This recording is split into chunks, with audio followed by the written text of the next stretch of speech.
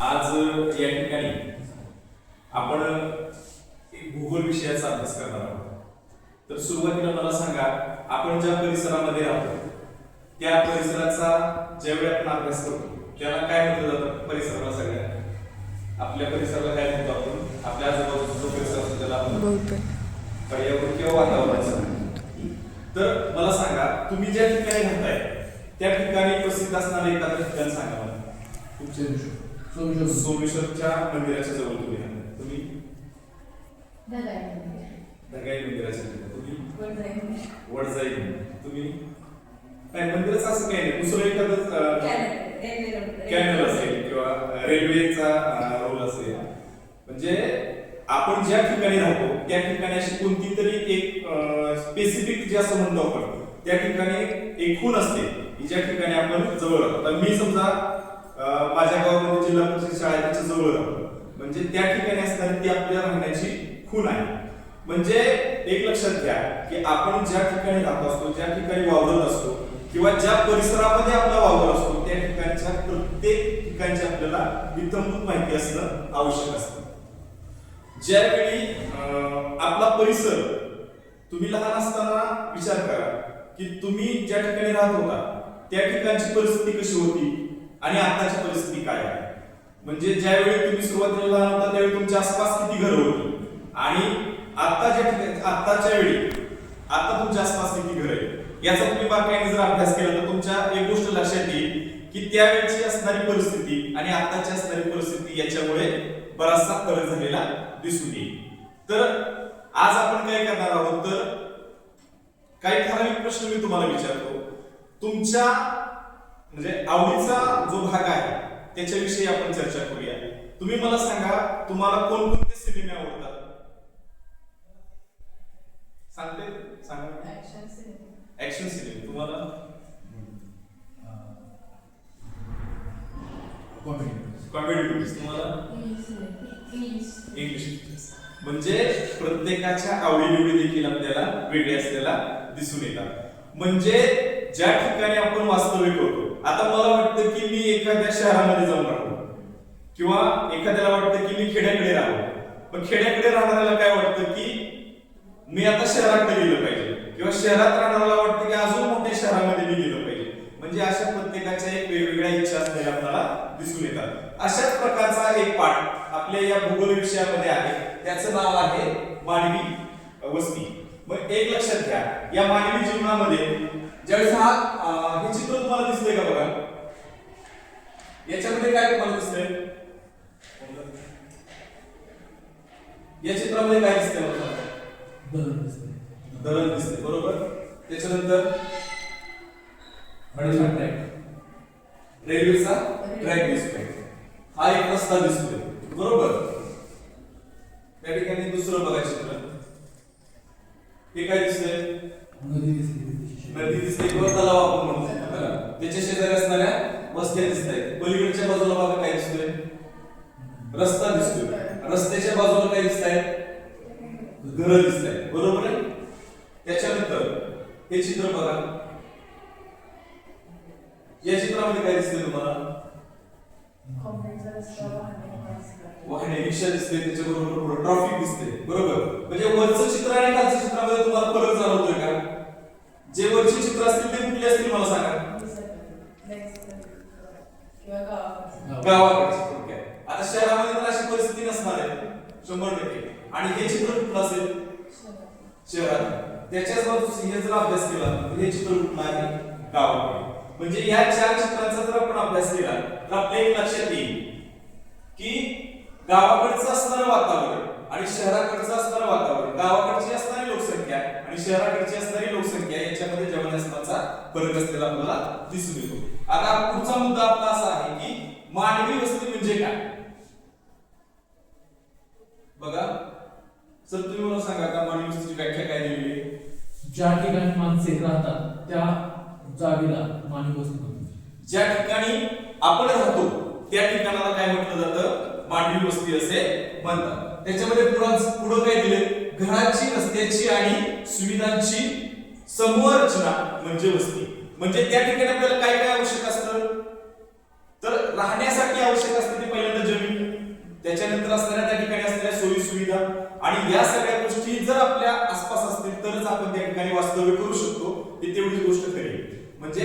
ज्या ठिकाणी राहू शकतो अशी परिस्थिती ज्या ठिकाणी तयार होते त्याच ठिकाणी वस्ती तयार होते. एवढं लक्षात आलं का तुमच्या? ठीक आहे, पुढचा मुद्दा.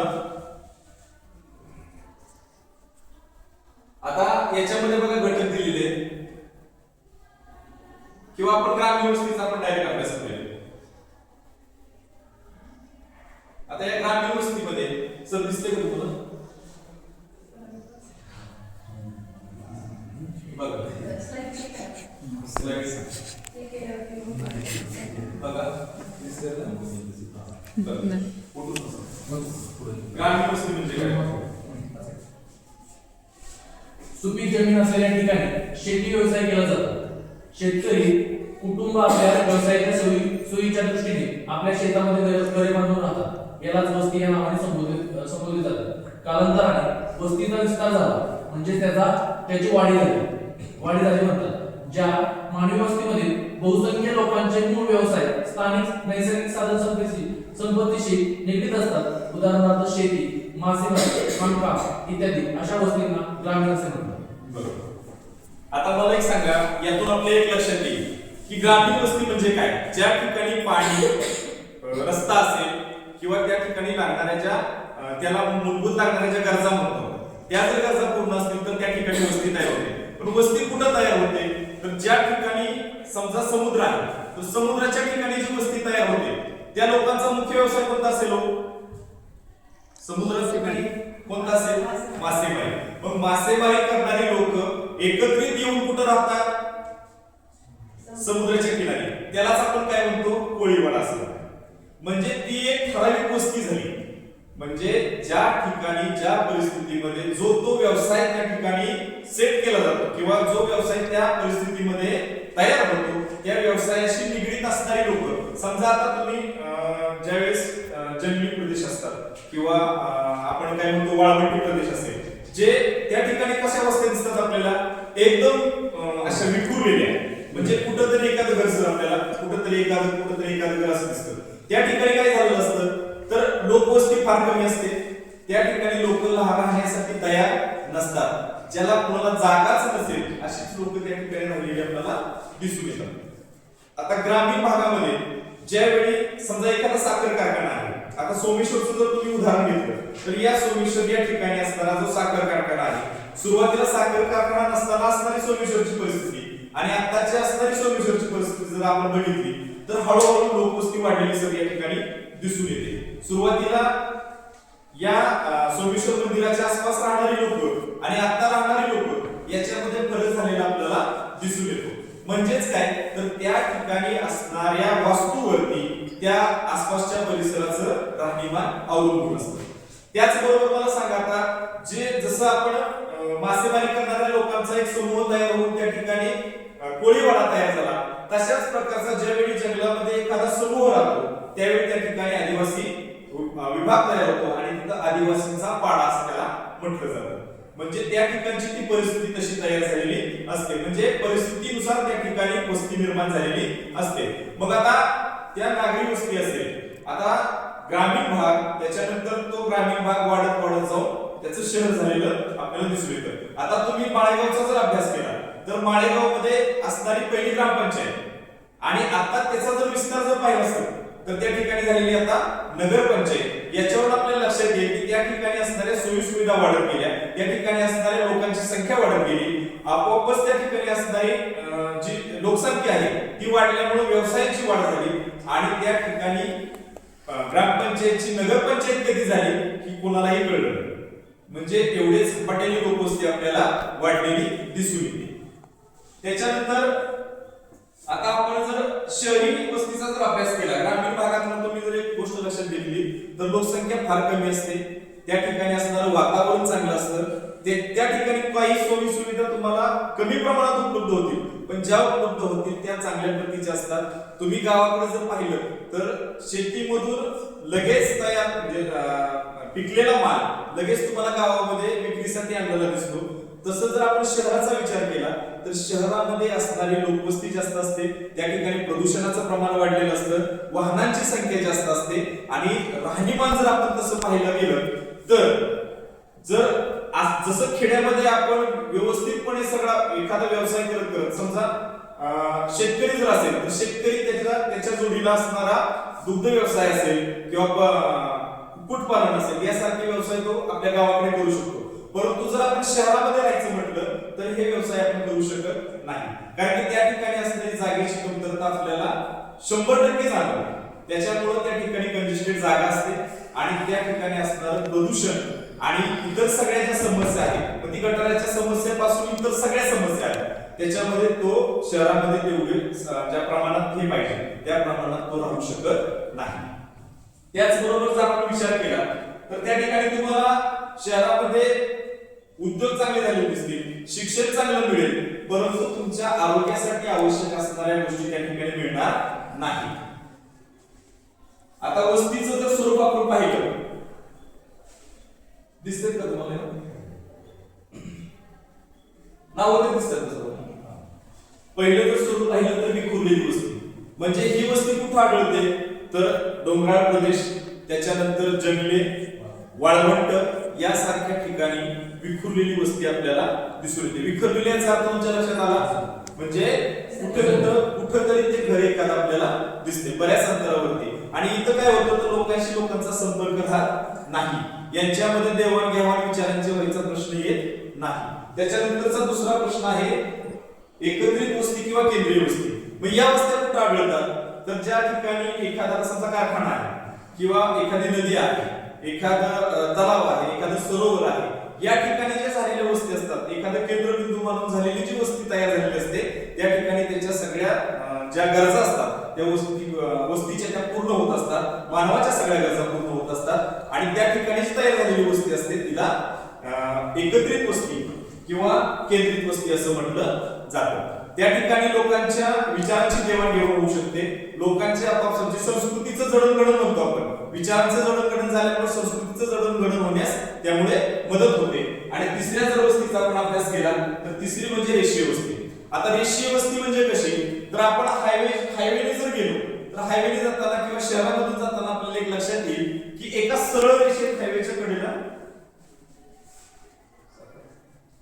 एका कडेला वस्ती झालेली आपल्याला दिसून येईल, आणि त्या वस्तीलाच एक सरळ रेषेत असल्यामुळे रेषीय वस्ती असं म्हटलं जातं. हायवेच्या बाजूने जर आपण गेलो तर ती वस्ती तयार होताना एक लक्षात येईल, सुरुवातीला पहिली रेषा तयार झालेली असते, त्याच्यानंतर त्याच्या पाठीमागे वस्ती तयार झालेली दिसते, आणि नंतर त्याच्या पाठीमागे म्हणजे आपण एनए प्लॉट म्हणतो. आता एनए प्लॉट जसे आहेत ते हायवेच्या कडेलाच आपल्याला जाणवतात दिसतात, आणि त्याच्याबरोबरच फक्त त्या वस्तीच तयार होत नाही तर त्या ठिकाणी सर्व व्यवसाय देखील त्या ठिकाणी तयार झालेले आपल्याला दिसून येतात. आणि ह्या सर्व गोष्टी जर घडत असतील त्या एका रेषेच्या म्हणजे रस्त्याच्या कडेला जी वस्ती तयार होते त्याला एक रेषीय वस्ती असे म्हटलं जातं. तर या तीन प्रकारच्या वस्तीचे प्रकार आपल्याला दिसून येतात.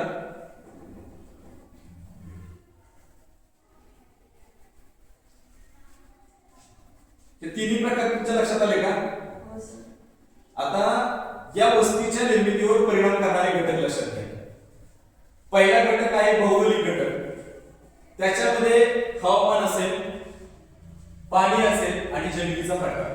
म्हणजे ती वस्ती निर्माण होण्यासाठी पहिला घटक कोणता गरजेचा आहे तर तो हवामान. म्हणजे एखाद्याला त्या ठिकाणी राहण्यासाठी जर एखाद्याला गरमीचा त्रास होत असेल तर त्याला वाळवंटात जर घर बांधलं तर तो तिथे राहू शकतो का? नाही. जर एखाद्याला थंडीचा त्रास होणार असेल तर तो महाबळेश्वर सारख्या ठिकाणी राहू शकत नाही. म्हणजे ज्याला जसं वातावरण सूट होईल त्या पद्धतीने त्या ठिकाणी राहण्याची तो वस्ती निवडत असतो. त्याच्यानंतर दुसरा आहे घटक तो पाणी. म्हणजे सर्वांना जीवन आवश्यक असा घटक म्हणजे पाणी. जर एखाद्या ठिकाणी जर पाण्याची सोय नसेल तर त्या ठिकाणी वस्ती झालेली आपल्याला दिसून येणार नाही. तिसरा घटक आहे तो जमिनीचा प्रकार. म्हणजे आता आपण बघतो जमिनीचे प्रकार कोणते सांगता येईल तुम्हाला?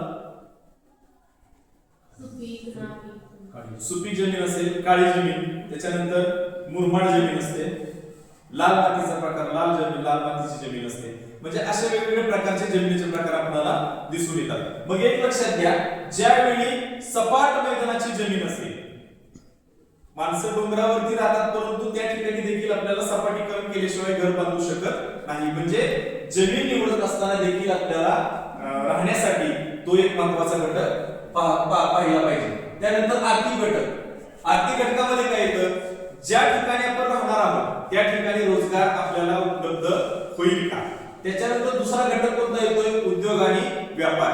त्या ठिकाणी एखादा आपण स्वतःचा उद्योग व्यवसाय करू शकतो का, किंवा एखादी जर वस्तू आपल्याकडे विकायला असेल तर ती आपण बाजारपेठेमध्ये घेऊन जाऊ शकतो का, असा सगळा विचार करून त्या ठिकाणी आपल्याला राहण्याची सोय झालेली दिसून येते. तिसरा म्हणजे सामाजिक घटक. त्याच्यामध्ये परंपरा असतील आणि सुविधा असतील. परंपरेमध्ये काय येतं तर आपल्या ज्या चालीरीती घडत आलेल्या आहेत, ज्यावेळी आपण गुढीपाडव्याला काय करतो आपण मला सांगा, गुढी उभारतो, बरोबर आहे. ही गुढी उभारण्याची पद्धत जर आता अपार्टमेंट मध्ये जर आपण बघितलं तर गुढी आता कशावरती उभा केली जाते, एवढी एवढी काठी घेतली जाते आणि त्याला साडी बांधून ते लिंबाचा पाला येऊन. पण ती गावाकडे जर आपण गेलो तर भला मोठा कळस कसा उभा केलेला असतो, 20 फूट 25 फूट, म्हणजे कुणाची गुढी मोठी होईल गावाकडे स्पर्धा लागलेली असते. शहरात तशी स्पर्धा असत नाही. परंतु तो गुढी उभारण्यामागचा जर उद्देश आपण पाहिला तर तो जो लिंबाचा पाला आहे आणि तो जो गुळ आहे तो एकत्रित करून त्याच्यापासून तयार होणारा जो पदार्थ आहे तो जर आपण खाल्ला तर आपल्या तो आरोग्यासाठी फार चांगला असतो. ही त्यातून येण्याची जी परंपरा आहे ती शहरामध्ये माहीत नाही. त्यांना फक्त एक माहित आहे की गुढी पाडवा या सणाला गुढी उभारावी लागते आणि ते आपले अपार्टमेंटच्या बाहेर फोटो काढतात, गुढी उभारतात, संपला. म्हणजे हा गुढी पाडवा सण जर आपण पाहिला तर शहरामध्ये त्याचा होणारा जे साजरा होतो आणि खेडेगावात जर पाहिला तो साजरा होणारा सण जर पाहिला तर आपल्या लक्षात येईल की या गोष्टी त्या ठिकाणी आपल्याला दिसून येतात. त्याच्यानंतर राजकीय घटक, त्याच्यामध्ये सुरक्षा आणि शासन व्यवस्था. म्हणजे तिथं जर आपण पाहायला गेलं तर कोणतीही ठिकाण राहण्यासाठी जर आपल्याला सुरक्षित असेल तर आणि तरच आपण त्या ठिकाणी राहू शकतो. एखादी गुन्हेगारी करणारी जर टोळी आपल्या शेतात राहिला असेल तर आपण त्या ठिकाणी वास्तव्य करू का, तर त्या ठिकाणी आपल्याला प्रोटेक्शन म्हणजे जर आपलं सुरक्षा जर आपल्याला त्या ठिकाणी वाटत नसेल तर आपण त्या ठिकाणी वस्ती करून राहू शकत नाही. अशा प्रकारे काही घटक आहेत जे आपल्याला वस्ती करण्यापासून आपल्याला परावृत्त करतात. आणि वस्ती करण्यासाठी कोणते घटक आहेत हे आपल्या लक्षात आलं का, आणि परावृत्त करणारे घटक लक्षात आले का. ठीक आहे. तर मग अशा पद्धतीनं आज आपण मानवी वस्ती कशा प्रकारे तयार होते आणि मानवी वस्तीचे असणारे प्रकार कसे असतात, मानवी वस्तीवर परिणाम करणारे घटक कोणते असतात, या सगळ्या गोष्टी आपण पाहिलेल्या आहेत. तर सर्वांना लक्षात आलं. ठीक आहे. तर मग काय